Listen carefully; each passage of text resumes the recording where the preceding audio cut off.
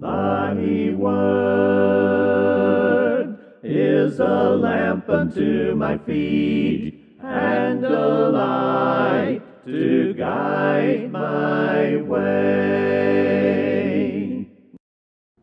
Have you ever been reading a description in one of the Old Testament prophets, and you thought to yourself, wow, that's perfect. It couldn't have been said any better. The New Testament exhibits that same sentiment, as it occasionally uses wording from the Old to present in the New.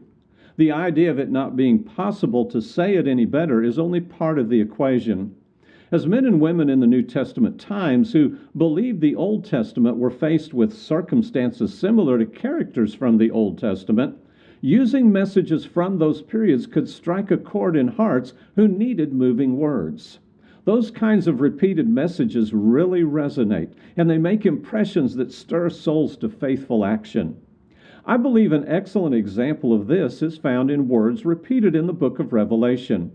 While it's common for readers to see these similarities and assume that the same events were being prophesied, they're actually a case of repeated scripture. For example, the evil of several nations is described as harlotries in the Old Testament. Jeremiah 3:2 applies the word to Israel. In Ezekiel 16:15, it's applied to Judah. Nahum, in chapter 3 and verse 4, applies it to Nineveh. But these similarities to Revelation's description of Rome does not mean the Old Testament was prophesying what we find in passages like Revelation 17:1. The concept of harlotry and evil is the only connection these various nations and cities actually had. The fall of ancient Babylon is described in Isaiah 47:8 through 9, but seems to be applied to Rome in Revelation 18:7 through 8. The original application makes it clear that the use in Revelation is totally unrelated. However, there is a perfect picture of divine application created by these words. Isaiah was not prophesying about Rome, but the same God will bring the same kind of judgment upon the same kind of arrogant kingdom. The winepress is a distinct metaphor for judgment used in the Old Testament. For example, in Isaiah chapter 63, verses 1 through 3.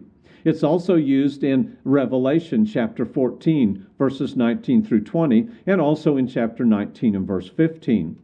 The gates of a city become a visual reference for safety in Isaiah 60 and verse 11, and was used with many superlatives of God's people after the return from exile when the Messiah would reign.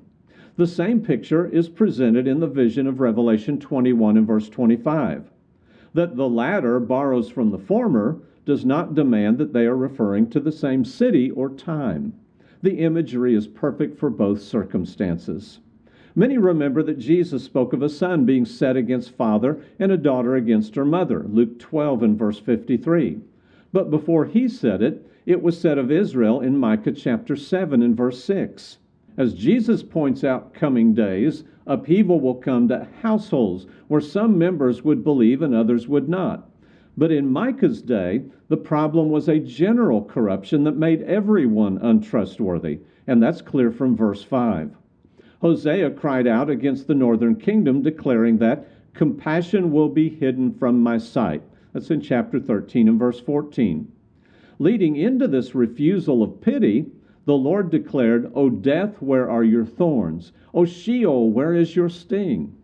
These questions offer a poetic view of death and the grave, which Paul picks up in 1 Corinthians 15:55 to point out Christ's victory over death and the grave. We miss the point when we think Paul is declaring that this is what Hosea was prophesying about, possibly seeing a double fulfillment. However, the fulfillment of a prediction is not Paul's point. Numerous other reuses of Scripture could be cited, but here's the point. Just because you see something worded the same in the New Testament and Old Testament does not mean the New Testament is referring to the event as being a prophecy from the Old Testament. We must beware of jumping the gun on meanings. This will become even more evident in our next study as we see how truth was often veiled in those Old Testament prophecies.